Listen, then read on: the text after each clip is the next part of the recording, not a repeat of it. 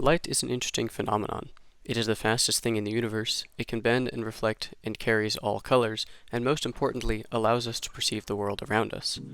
With the technology of today, however, we don't need to go outside in order to feel the sun on our faces, as nearly the same phenomena can be recreated inside computers. The most realistic computer lighting of today comes in the form of ray tracing. So, what is it? When you turn on a light in your room, photons are emitted from the bulb, pass through the air, and are reflected, transmitted, and absorbed by various objects. Every time a photon interacts with an object, the color of the photon changes accordingly. Eventually, the light lands in your eyes, and you perceive the room. In non-ray tracing shading algorithms, namely RTR and PBR, light is calculated using the following process. After a scene has been established with objects, a light source, and a camera, a normal vector is taken from the perpendicular center of each face of the model. This normal is then compared to the vector from the face to the light source, which results in a distance and an angle. This, combined with the properties of the light source, dictate how well lit the specific face will be. Finally, material properties of the object are applied, which tell the camera what color the face will be. Running this process, known as rasterization, over all faces of all models paints the scene in color. Compute shading is extremely fast, hence the name real-time rendering, but it takes a lot of extra work and fine adjustments to make realistic. Where compute shading treats light as a set of properties and distances, ray tracing compresses this into a vector, known as a ray. Like real photons in the real world, these rays are emitted by light sources, allowed to travel the scene, and eventually end up at the camera, where each pixel corresponds to a ray or set of rays. This process works well for a small scene with few light sources, but what happens when the scene is larger and contains many lights? By computing even a few of these rays, we see that many of them never arrive at the camera, which just wastes computational power.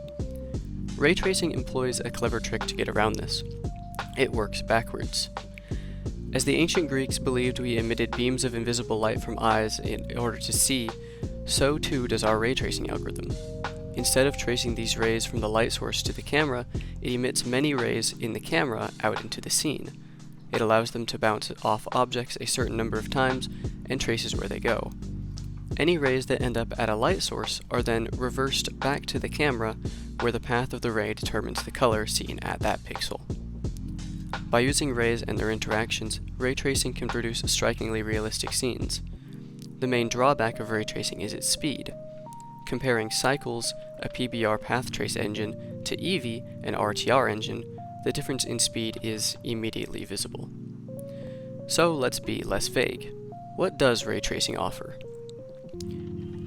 Because ray tracing uses physically based techniques to render, the images and processes within the scene also follow much of what is expected from real-world materials. Reflections and refractions from shiny and semi-transparent objects look the way they should. Diffusion and subsurface scattering hold an authentic appearance.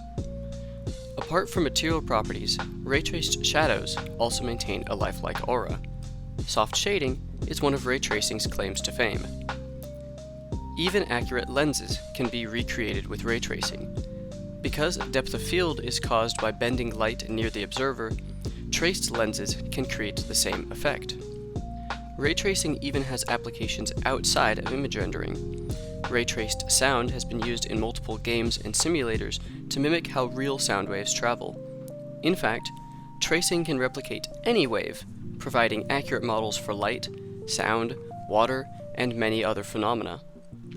Computers and their code are in constant evolution, and the ability to capture the realist light has posed a constant challenge for artists and engineers alike. So, in the pursuit of better graphical fidelity, scientific advancement, and never touching grass again, ray tracing is here to help.